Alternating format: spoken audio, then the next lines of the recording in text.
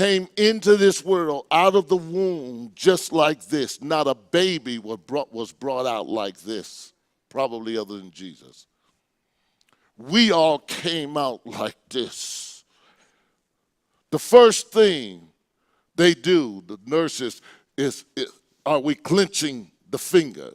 Is that a natural thing for us? We see the little baby, we put our little finger in there, and they grab it. And that's how we came into this world. We're always trying to hold on to what we have, hold on to what we got, and don't realize we've spent all of our lives learning how to let go. All of our lives, we're learning how to let go of what is harming us, what is killing us, and what is not good for us. We spend our entire lives learning how to let go. There is a power in worshiping because you cannot worship and worry at the same time. Your brain don't work like that. You are not 220 current, you're 110. You're on a single phase, not a multiple phase. You cannot think of multiple things. And in fact, in all actuality, no one is truly multifaceted to the degree that you can do one thing and do another thing at the same time. You can't have two thoughts at the same time. It's impossible. There's so much power in worship.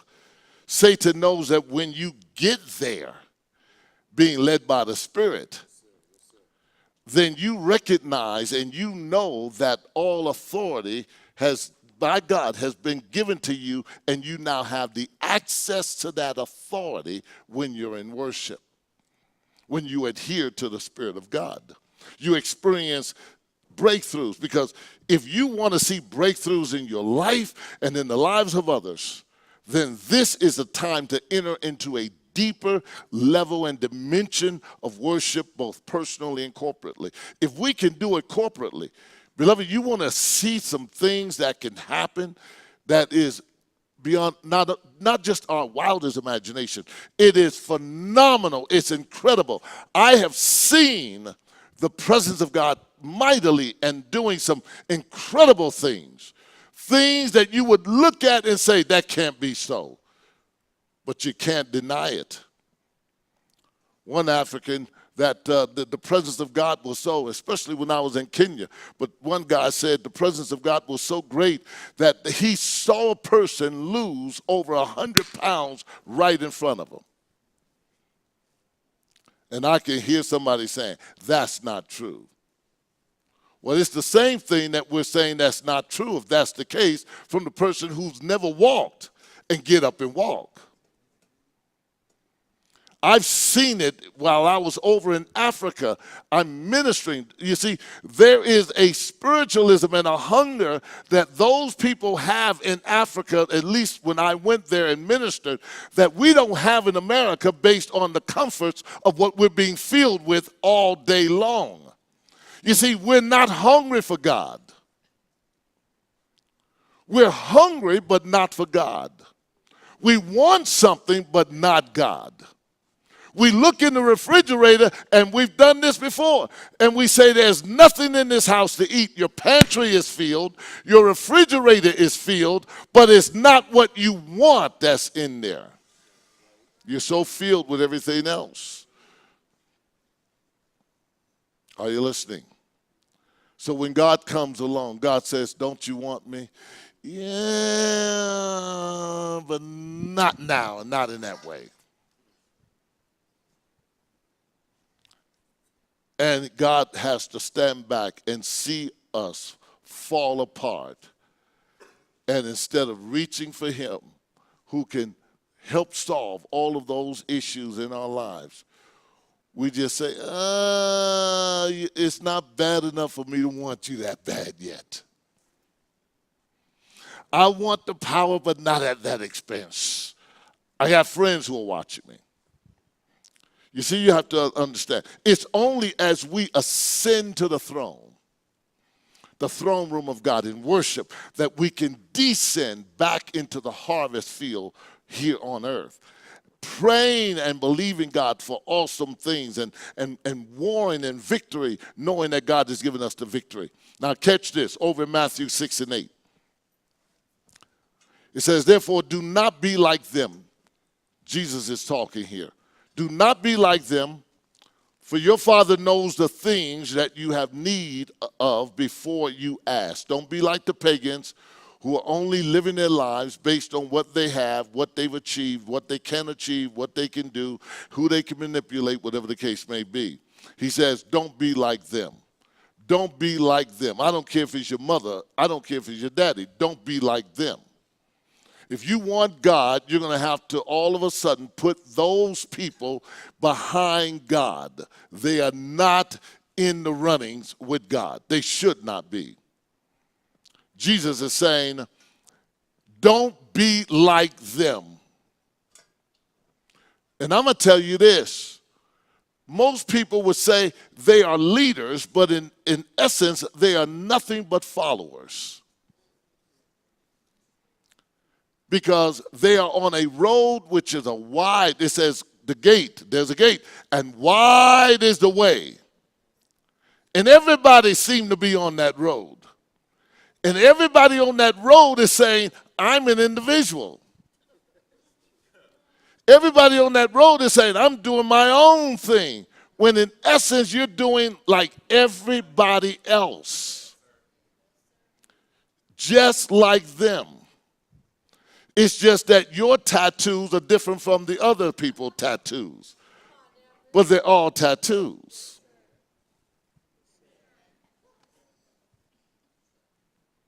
You are a follower of those who are doing the wrong things. I'm not trying to make you feel bad. I'm trying to get you to recognize truth. You see, I just want to use as an example. I asked one person, I said, I'm not telling you you're doing wrong, and I'm not telling you you're doing right. I'm just asking you to consider this. I said, if you're so much of an individual, to this young man I was talking, I said, if you're so much of a person who seemed to stand out and say, I'm not like everybody else, tell me this. Is the tattoo necessary? No, it wasn't necessary. Okay, it wasn't necessary. Does it clothe you at all? Does the tattoo make you feel warm? I said, and I went through an array of things, and they couldn't deny it. I said, so why did you get it? And the person had to acknowledge, I guess because I saw everybody else doing it. I said, that is the way that leads to destruction. The blind leading the blind. Now, God is redemptive in nature. God can renew us. And stuff that we put on in our minds and in our hearts, he can give us deliverance from. We were all people that were jacked up. Some are still jacked up, and some are just partially jacked up, but it's jacked up. And we're trying to get in God's presence jacked up.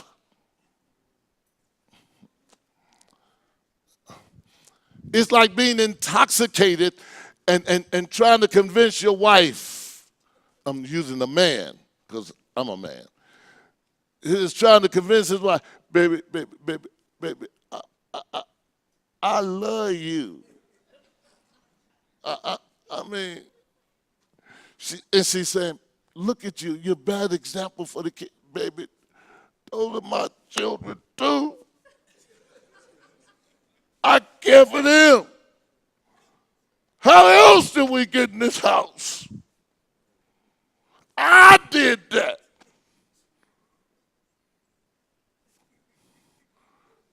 Come on, baby, just make love to me. I want to have. She said, no, I don't want to do it. Why? And the truth is, all you're going to do is use me and not give me your heart. Because what has your heart?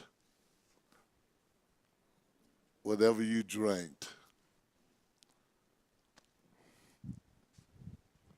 You see, Jesus wants us to come and take the things that have filled us up by our choice and admission and say, God, I put them aside and I want to come fully to you. And only the Spirit of God can bring us into a place to harmonize with our Heavenly Father so that we can have relationship. Remember, what was broken in the garden? Relationship, not religion. Relationship. What tears a marriage apart? A relationship is broken. All of a sudden, you once related. When you once related, you did the same things. You loved being together. But when there is a spirit of indifference there, that relationship is severed, and you are forcing yourself to have a relation with someone you can't relate to any longer.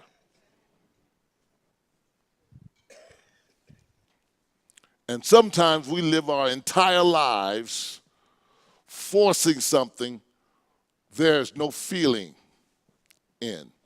There's only obligation. You don't have to say amen.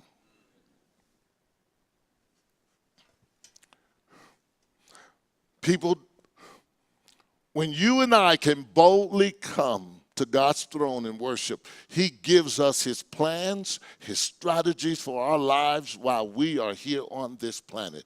And he shows us how we can be real individuals in him without mimicking and marking someone else. I don't even like, when I go into churches, I don't even like looking at everybody doing the same thing, like it's almost like the same culture other than the Spirit of God. That's the only culture I want to know. The only culture I want to know is, do we have the same God, and are we worshiping him in the same manner in terms of liberty, freedom? Is there an expression there? You see, because if there's no real expression, it's hard to identify you, and that's why Jesus said, I don't know you relationally. He says, I don't know you. You see, the faces oftentimes that we wear, they hide our facades of fear. And so we worship, so worship confronts pride.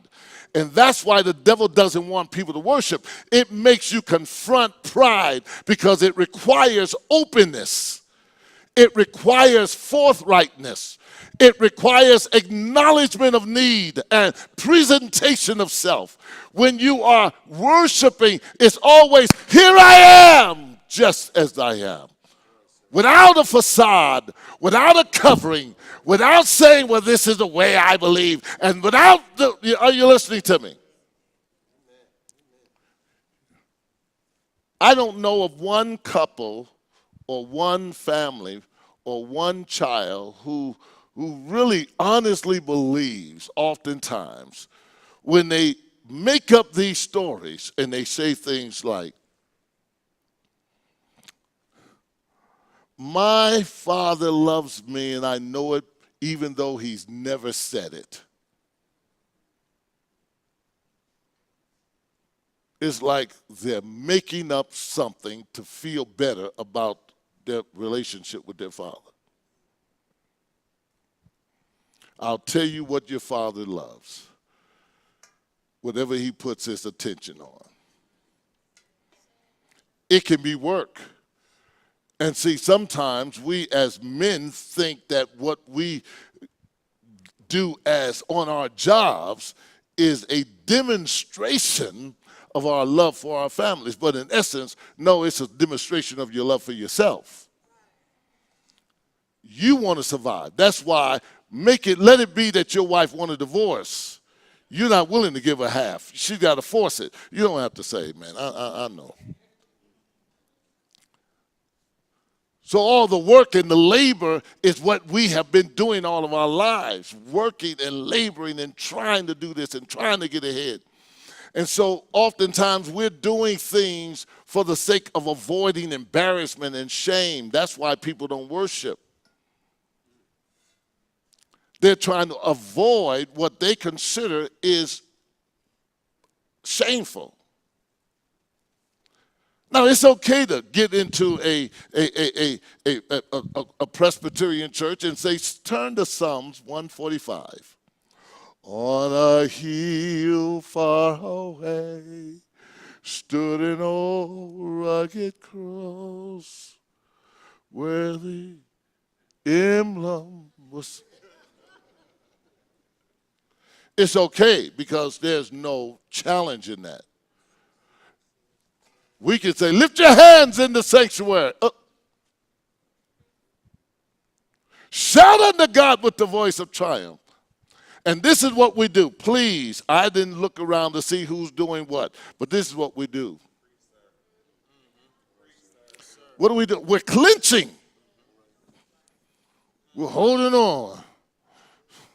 And we're saying, I'm not comfortable with this. This is not me. I love God in my own way. I'm an individual. When in truth, you are not. And if Jesus Christ came today, you will be like the son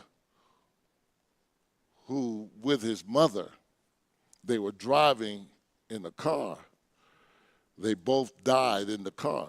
He had been raised in the church all of his life, knowing the principles, going to Sunday school, quoting the scriptures. And those who have been raised in the church know. But she would always say, son, you got to have a personal relationship with God. You got to accept Jesus Christ as your personal. Mom, I'm already saved. I'm doing this. But everything he was doing, his whole lifestyle, mimicked a lifestyle of the devil. But he says, I'm a Christian. Because he felt like, I don't have to leave anything to be a Christian. You cannot be a friend of the world and be a Christian. You cannot, listen, it's like people, it's like me telling my wife, I love her, but I sleep with Susie. Yeah, did that hit y'all? It makes you think, don't it?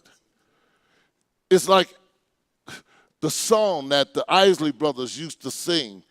If I can't be with the one I love, I'm forced to love the one I'm with. Like, I just got to settle. God doesn't want, he's not second fiddle for anybody. And so Jesus says this in Mark 8:38. Can you turn there? Mark 8:38. This is what worship will do for the individual. If it's real, there is an open presentation. When I got with my wife and I learned how to be what God wanted me to be, I had to get delivered. Beloved, I'm going to tell you, I had to get delivered. I got saved in 1977, but I got delivered in 1990. That's bad, isn't it? That means God kept peeling those onions off of my life, like the skin. Just peeling me to the point where I lost all shame. So when I met my wife and we were at Village Inn, no, not Village, it was Carol's. We were at Carol's having coffee. And I just told her everything. I told her I was messed up. My life was this. And I said, even as a pastor, I was jacked up. And God had to do some things with me. And I felt condemned so many times. And God had to really work in my heart. And God told me I was manipulative. And I told her my story. I said I used to cheat in Monopoly because I hated losing. I would steal money from the bank and say to myself, it's only play money. I literally convinced myself that didn't matter, that I cheated in playing Monopoly. And God spoke to me and said, son, if you cheat in Monopoly, what else? You will cheat in life. I got a revelation. How many things do we conclude that it's bad, but not that bad. I'm okay. It's not real. I felt like, in all honesty, it's not real. Even though I was convicted, I overran that conviction. You ever felt bad and say, okay, no, you just convinced yourself. No. You ain't, no. Literally, I convinced myself for years, okay, I'm not doing, no, it's not, it's only play, it was just a game, it's just a game. It's not real until God gave me a revelation. And when that revelation came, it was with a whole lot of other stuff. Revelation is God exposing stuff that we don't want exposed. And it was to me, and I hated every moment of what I saw, but I got so free from when I saw it, and I acknowledged God. And Elder Sparkman is a reality of when I got up in church in 1990, I believe it was around January, February, I got up in church and I cried through the whole service. I was crying and preaching. And one of his guests said, does he preach like that all the time? Does he like cry through the whole message? I didn't care because it was no longer an act.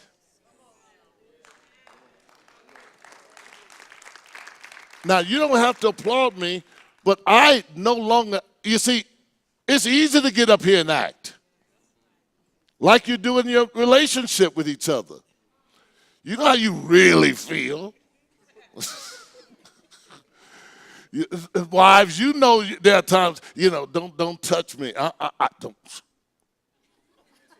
Does this look like my happy face? No.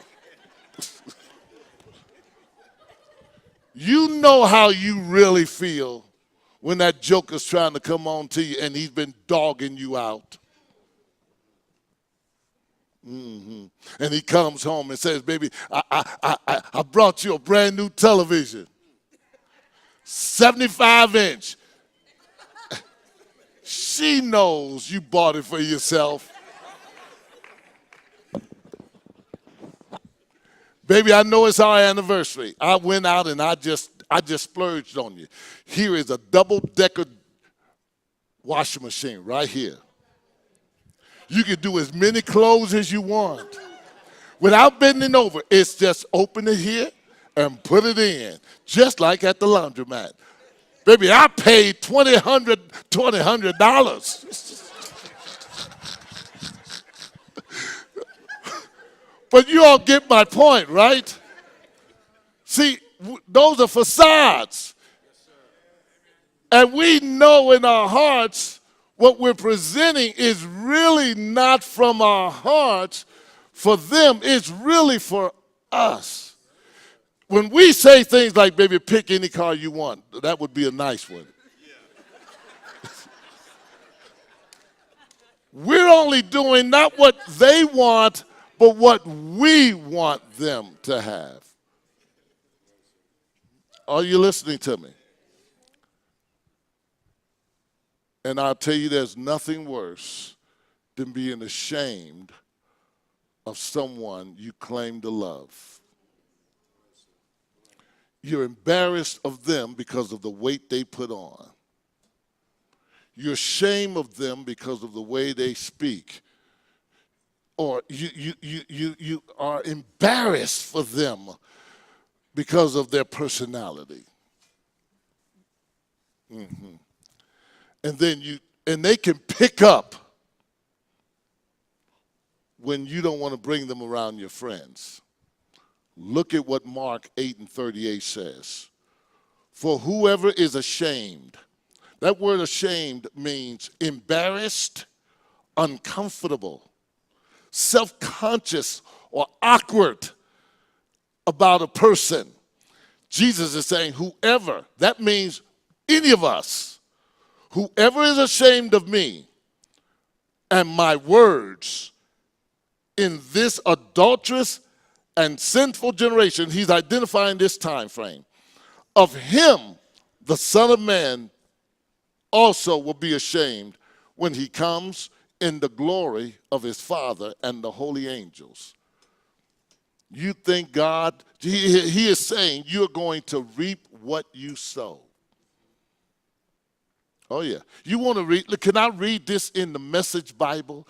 I love how it says it. Let me read it in the Message Bible. It says, if any of you are embarrassed over me and the way I'm leading you, when you get around your fickle and unfocused friends,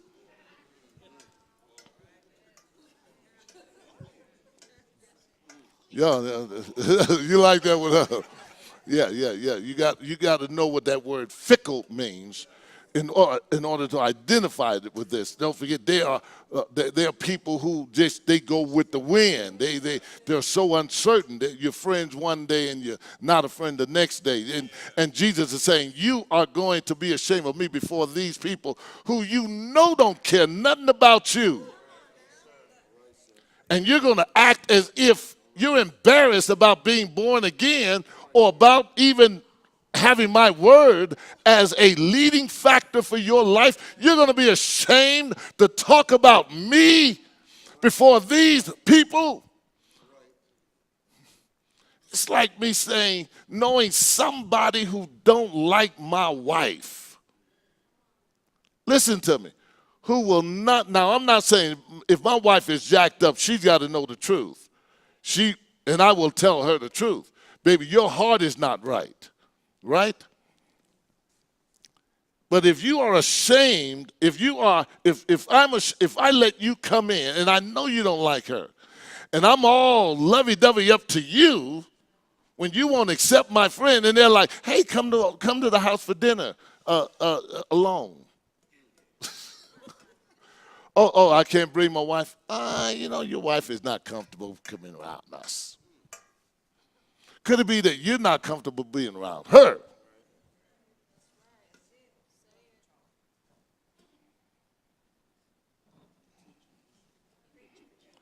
It's no different than when I had a white sister that was a precious person, at least I thought she was. Man, I loved her. Oh, she was such a blessing at the time to the church. Until one day she said, Pastor, I will not be in church on Sunday morning. I said, oh, praise God. Are you going on vacation? I'm assuming, she said, well, my family's in town, and so I'm not going to be in church. I said, well, bring your family to church. She said, I don't think you understand. I said, no, no. Why can't they come to church? She said, well, I'm from Alabama. And if my parents knew that I attended a church where the black man was a pastor, they would disown me.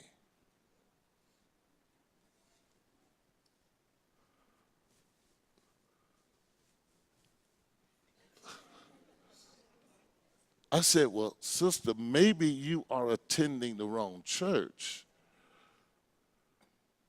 She never came back. And I'm glad she didn't. Because if you are embarrassed about bringing your bigot parents to see that you've been redeemed and set free from that bigotry, and you don't want to ruffle the feathers with your family, go to another church where you feel Hillbilly Joe can be the proper representation for you.